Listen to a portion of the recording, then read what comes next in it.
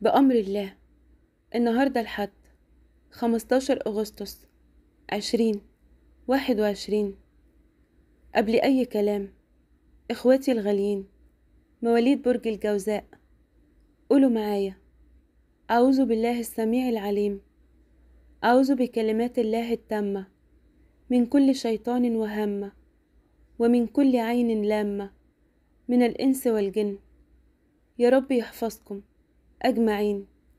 قولوا آمين. برج الجوزاء، لما روحك ونفسك تتعب وقلبك يتألم، تحس بالوحدة وكله بيزيد، هموم ومسؤولية وانت شايلها، ولما تفقد الثقة في كل الناس، قريب وبعيد، حتى اللي من دمك، في الوقت ده ارجع لربنا، احكيله اللي جواك، عشان سر الروح والنفس اللي تعبت هو اللي خلقها. الله الواحد الأحد، وحد الله، سر الروح عند ربنا وبس، ومفيش مخلوق يقدر يعرفه. وعشان تكتشف أسرار وتسمع كلام يطمن قلبك، اسمع ربنا بيقولك ايه. ربنا بيكلمك في القرآن الكريم، والفيديو النهاردة استخارة بالقرآن عشان تعرف وتكشف أسرار وحقيقة مخفية عنك، والأسرار دي جوه حياتك ولا يعلمها إلا الله. وقبل ما أكمل، ركز في كلامي، أنا مش بقول تفسير القرآن أبدا، أنا بقول استخارة بالقرآن، يعني تفهم إن في رسالة جوه القرآن أو أسرار، وربنا أراد إن أنت تعرفها عشان قلبك يرتاح من أي حاجة تعباك ووجعاك. والملايكة بلغت بصورة الأعلى، ربنا بيكلمك فيها ويكشف لك أسرار تخصك أنت في كل حياتك. وعشان تعرفها بنعمل استخارة بنية صافية وقلب طاهر بصورة الأعلى، وكل آية بتسمعها دلوقت فيها رسالة الملايكة بلغتها. ومش شرط أبدا تسمع الآيات بالترتيب، أنا هقولك بس الآيات اللي فيها الرسايل، وأعرفك وأفهمك كل حرف وكل آية ربنا بيكلمك وبيقولك إيه. اسمع كلام ربنا وطمن قلبك بذكر الله، وفي الأول والآخر سلم الأمر كله ليه. ولو انت لسه جديد على القناة وأول مرة تسمعني، قبل ما تسأل، بفضل الله اسمي مليكة، حافظة القرآن، واللي كنت بكلمهم هم إخواتي غاليين عندي، وكلنا هنا متجمعين في حب الله. ودلوقتي هبدأ الاستخارة، بس كلنا نقول بسم الله الرحمن الرحيم، ونصلي على النبي الصادق الأمين، خاتم الأنبياء والمرسلين، سيدنا وحبيبنا وشفيعنا سيدنا محمد. اللهم صل وسلم وبارك عليه. بسم الله الرحمن الرحيم. سبح اسم ربك الأعلى، الذي خلق فسوى، والذي قدر فهدى. صدق الله العظيم. برج الجوزاء، ركز واسمعني بهدوء. ربنا بيكلمك في الآية الكريمة، بيقولك إنه بيديلك هدية مفيش مخلوق يعرف قيمتها، عشان تسهلك الصعب وتحل مشاكلك أيا كانت، في بيتك أو شغلك وفي كل حياتك. والهدية دي بتعمل مستحيل وتغير أقدار وترفع بلاء وتعمل معجزات. الله، قولها بقلبك. هدية ربنا ليك اللي بيديها لك دلوقت هي التسبيح. سبح اسم ربك الأعلى، يعني تقول سبحان ربي الأعلى من غير عدد، زي ما تحب. اعتبرها دلوقت زي كنز موجود معاك، وهتشوف بعينك خيرات الله ما لا عين رأت ولا أذن سمعت ولا خطر على قلب بشر. عشان في الآية اللي بعدها بيقولك ايه؟ الذي خلق فسوى. يعني ربنا بيقولك ان في حاجة هتحصل في حياتك، والحاجة دي هتكون جديدة، والحاجة دي كاملة الصفات، عشان ربنا بقوته وقدرته هو وحده كتبها عشانك. المهم دلوقت انت افهم ان الحاجة دي بتغير حياتك، بتغير مسار أبواب بتتفتح، يعني أرزاق، شغل جديد، أو مكان انت بتسيبه بتروح مكان تاني، بيت جديد، سفر من دولة لدولة، زوج أو زوجة، يعني ارتباط بس بحد معين ربنا كتبهولك، أو أطفال، ذرية صالحة اللي نفسها تخلف. الرزق ده ربنا كتبهولها، حتى لو كان الإنسان سنه كبير أو ما بيخلفش أصلا، بس ربنا بقوته هو الخالق. سبحان الله، هو العاطي، هو الوهاب. ورزق الأولاد اتكتب عشانك بأمر الله، مش بمخلوق. كن فيكون. سبحان الله، هو أراد معجزة بتحصل لك. ومش بس كده، لسه كمان ربنا بيقولك قدر فهدى. يعني في أقدار ربنا كتبها لك، يعني حياة تانية غير اللي انت عايشها دلوقت، وربنا بقوته بيخليك توصل لها. عشان بيقولك في الآية الكريمة قدر فهدى، يعني هي دلوقت الأقدار اللي هتغير حياتك خلاص اتكتبت. وبيقولك ايه؟ فهدى، يعني ربنا بقوته بيوصلك ليها. بسم الله الرحمن الرحيم. سنقرئك فلا تنسى إلا ما شاء الله، إنه يعلم الجهر وما يخفى، ونيسرك لليسرى.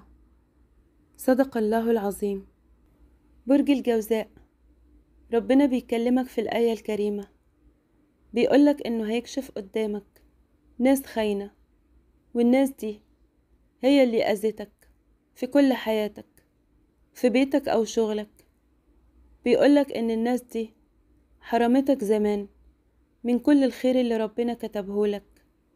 يعني الناس دي دلوقتي مع الطلاق وموقفة حياتك.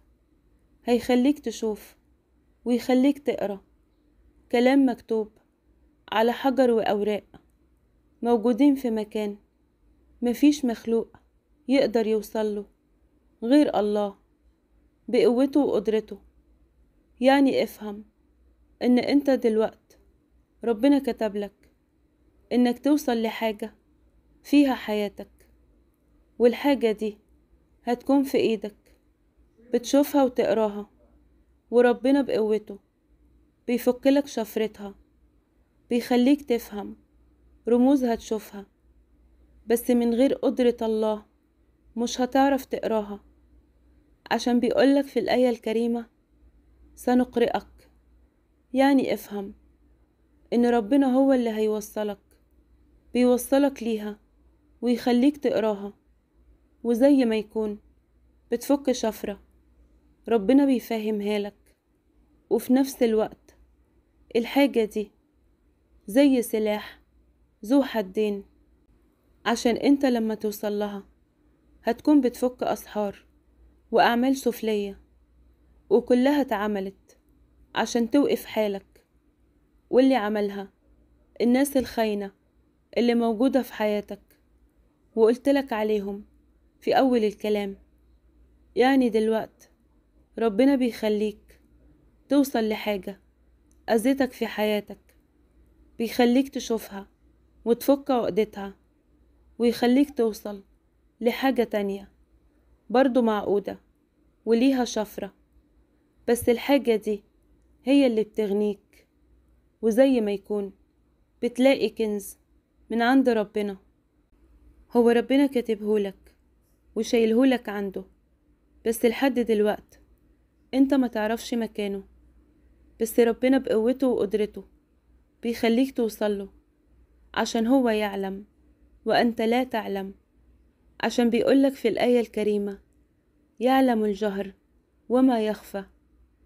يعني افهم إن في حاجة مكتوبة عشانك، بس لحد دلوقت لسه مخفية، بس ربنا أذن بأمر الله هو وحده إن انت توصل لها. سبحان الله، ربنا أراد يسهلك حالك بعد العسر اللي انت عشته، يوصلك لليسر بكرمه وحنيته، عشان هو أعلم بيك، يعلم الجهر زي ما قالك في الآية الكريمة، بس بيطمنك ويريح قلبك، عشان بيقولك في الآخر: ونيسرك لليسرى. الله بيسهلك حياتك، بيخليها يسر. ربنا كريم. بسم الله الرحمن الرحيم. والآخرة خير وأبقى، إن هذا لفي الصحف الأولى، صحف إبراهيم وموسى. صدق الله العظيم. برج الجوزاء، ركز واسمعني بهدوء. ربنا بيكلمك في الآية الكريمة، بيقولك انسى الماضي اللي تعبك ووجعك، روحك ونفسك بتتألم وانت مش حاسس، عشان انت لما بتفتكر بتعذب في نفسك، بتألمها وتوجعها.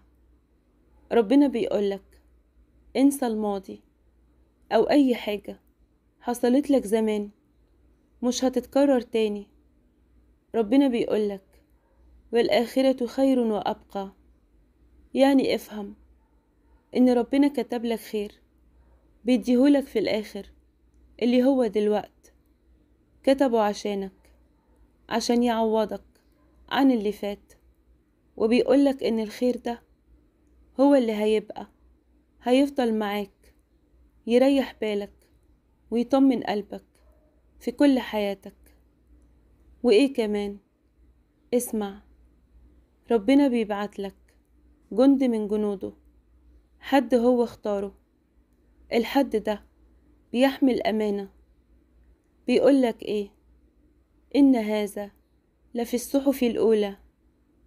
يعني انت افهم إن الحد ده انت بتوصله، بيعرفك طريقك وبيقولك أسرار كلها خير ربنا كتبها لك. واعرف كمان إن الحد ده اسمه مذكور في القرآن الكريم، وانت هتقرأ اسمه في 10 آيات ربنا ذكره، زي ما قال برضه في القرآن الكريم إبراهيم وموسى. وافهم كمان إن ربنا بينجيك من النار، أعوذ بالله، اللي انت عايش فيها دلوقت، زي ما نجى سيدنا إبراهيم عليه الصلاة والسلام. وفي نفس الوقت بيفتح لك طريق وانت تكمله، والطريق ده هيكون معجزة، عشان ربنا بقوته وقدرته هو اللي بيفتحه قدامك. حاجة صعبة بتتحقق عشانك، أبواب مقفولة بتتفتح قدامك. يعني افهم إن اللي هيحصل معاك هيكون بالظبط زي اللي حصل بقوة الله مع سيدنا موسى عليه الصلاة والسلام، لما ربنا شق البحر عشان سيدنا موسى يعدي منه في أمان ربنا، وفي نفس الوقت يغرق فرعون وجنوده. يعني افهم دلوقت إن الطريق اللي ربنا كتبهولك وبيخليك تمشيه هو اللي هينجيك وهيوصلك للخير اللي هيفضل معاك، هيكون باقي في كل حياتك. وفي نفس الوقت الطريق ده هيكون السبب اللي يهزم أعدائك، الناس اللي ظلمتك وعيشتك في نار، أعوذ بالله. وزي ما ربنا غرق فرعون وجنوده، بيغرق أعدائك في نفس الطريق اللي ربنا بيفتحه في كل حياتك. مواليد برج الجوزاء جميعا، بحبكم في الله، ودايما بدعيلكم يا رب يفرح قلوبكم ويكتب ليكم كل الأرزاق بلا أسباب ومن غير حساب. ولو انت لسه جديد على القناة وأول مرة تسمعني، خليك معانا حبا في الله، دوس اشتراك وفعل الجرس على كلمة الكل عشان يوصلك إشعار بأي فيديو جديد بأمر الله. كنت معاكم مليكة.